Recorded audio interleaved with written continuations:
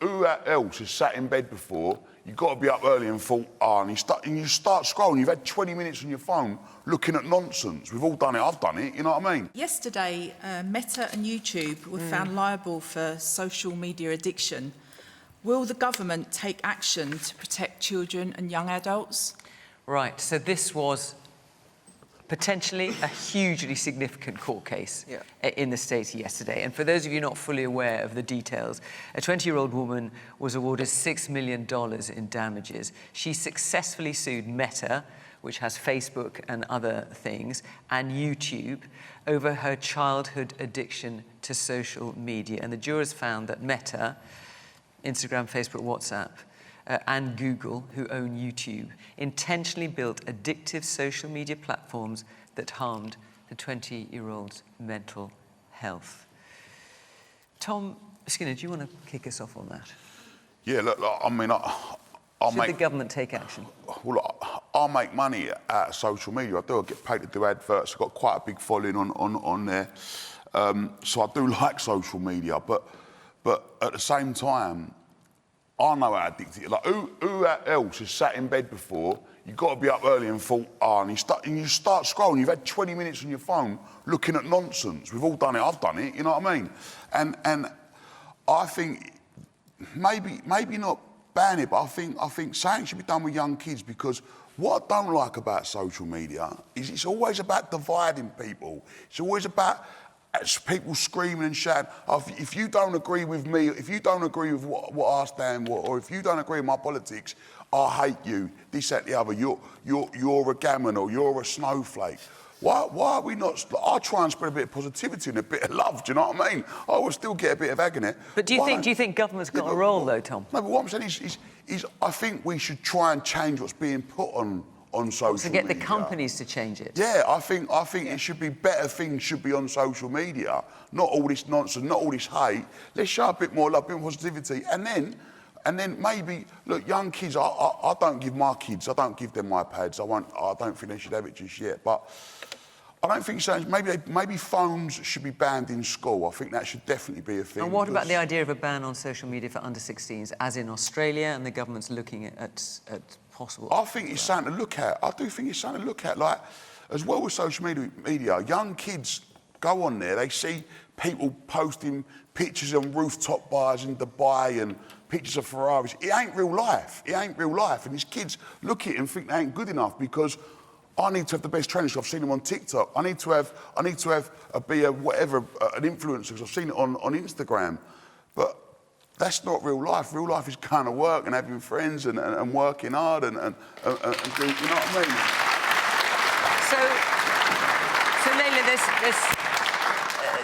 So there's Sue's question, should the government take action to protect children and young adults? And there's the other thing that this case raises, which is if it becomes... I mean, social media is built on the idea of it being addictive in order to get people to keep looking at it, and that's how the social media companies make money. There are other cases in the pipeline similar to this. Could we be in a position where social media companies will have to change the structure of social media? And would that be a good thing? Yeah.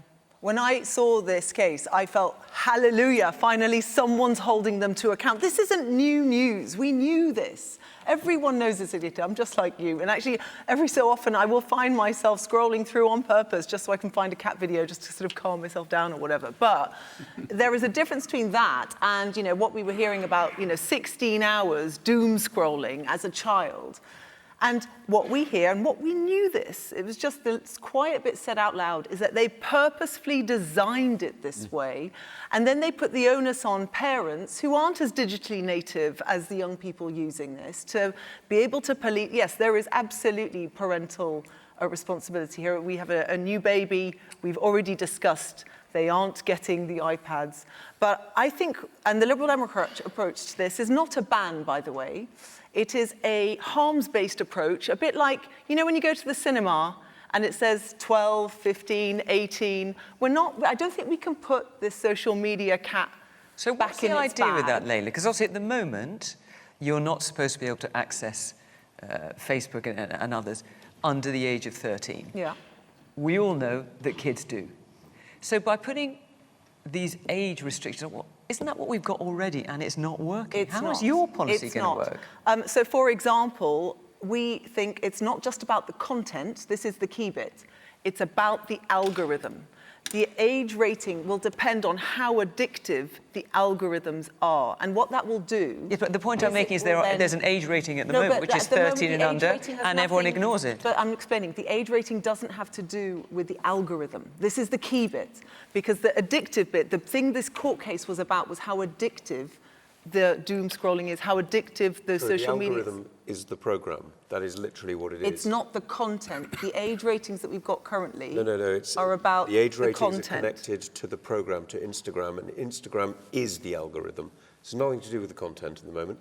The age rating is connected to the program, Instagram, and the Instagram is basically an algorithm with a screen. And what we want is that we apply a common sense approach to this. You are not going to ban it for everybody, but instead what we want is that if you are, we are finding ways to age verify online. That is important. There is a consultation out at the moment. Many young people say they do want access.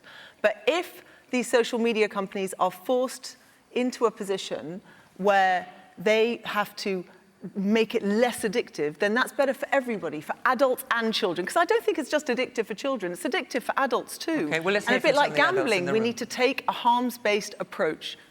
Man in the front, in the black top. So I think with social media, ultimately there is an addiction issue. It comes down to personal choice as well. I took myself off of social media by choice about 7-8 years ago, and I've gained so much more free time to be more productive. But I do think the real issue is around short form content that's so in your face and designed to catch your attention. It's so easy, as Tom said, to just sit there and just scroll and scroll. With other addictions like gambling, we see in betting apps you can set limits, so maybe there needs to be an option to set a limit on short form content like YouTube Shorts or Reels or whatever they're called now. Okay, all right, man at the back in the grey top and the glasses. Yeah. I think that the parents are social media savvy. And I drive down the street and there are women pushing their babies along in a buggy and they're looking at their phones. So I think that the parents are totally familiar with it, and I think they take or should take a share of the responsibility as well. Right, okay. A woman here in the blue top, yeah. Hi. Australia, they tried to ban social media and children were finding a way of getting around, pulling faces, making themselves look older, wrinkling up their faces and still being able to access social media.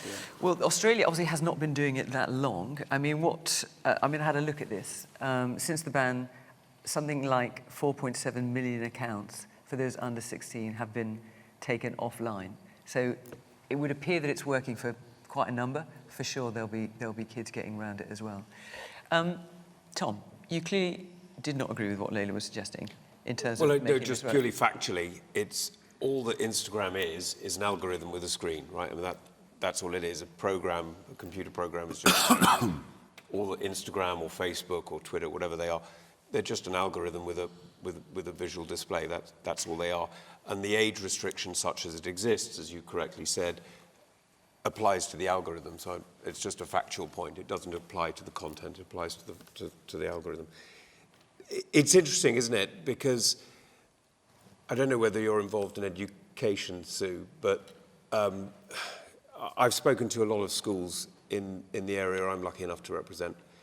And every single one of the schools, pretty much, has said the same thing, which is unless they have support either from the government or from the parents, and it's very hard to get unified support from the parents, it's really difficult to make the change that allows kids to have the opportunity to study and to learn properly in schools. So it's not just about being distracted at home, it's also being distracted in class.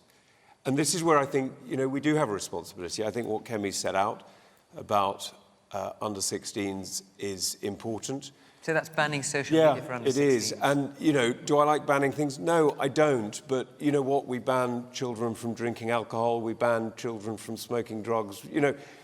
We ban children from things that it's reasonable to say, look, I'm an adult, you're a child. We're going to make some different decisions here. I think that's perfectly reasonable. I think to the point that, forgive me, sir, the gentleman in the grey jumper made, you're also absolutely right. You know, I'm a parent. My boy's 12, my little girl's 9. My boy's more into Vikings, to be honest, but my little girl is certainly into trying to get onto various different things of social media, not because she gets it at home, but because she sees it amongst friends. And just being aware that it is one of my responsibilities to say no is important, because it's not just up to the state, it's just not just up to the government. It's not, Jake's not my kid's parents, I am. But in fairness, Tom, you're at the slightly easier point.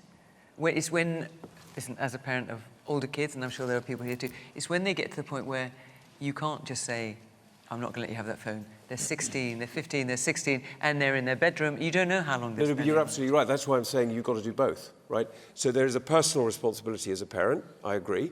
There is also a state responsibility in helping, and that's the ban on under 16s. Otherwise, I end up watching Tom's Bish Bash Bosh at 3 in the morning. It's not healthy for me. It's probably not healthy for you either. So the government's launched a consultation. The government's launched quite a few consultations since it came into power. Here's another one. Why don't you just get on and do it? Well, look, answering Sue's questions directly, yes, we have to take action.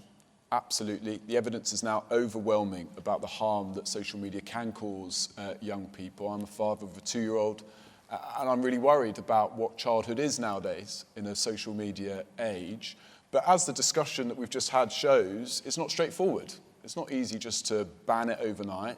There are really complicating factors around that.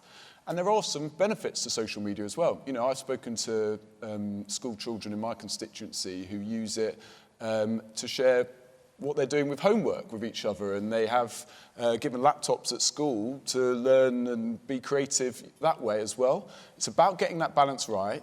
I think what we saw from Kemi Badenoch was, let's just ban it. It's really easy, let's do it. That's not right. We do need to consult. It's a quick consultation, 6 weeks. I really urge people to get involved in it. Let us know your thoughts as parents, as grandparents, as carers, as educationalists, as people in their community who care about this. And I would agree with the gentleman at the front. My main concern, or one of my main concerns, is about the addictive nature of some of the social media apps we have. And as the gentleman in the grey jumper, as he's now known, I'm afraid, says, I see so We'll find out your name in a minute. So many young children who are scrolling phones and not enjoying childhood, not enjoying being young and playing on the street as we all did.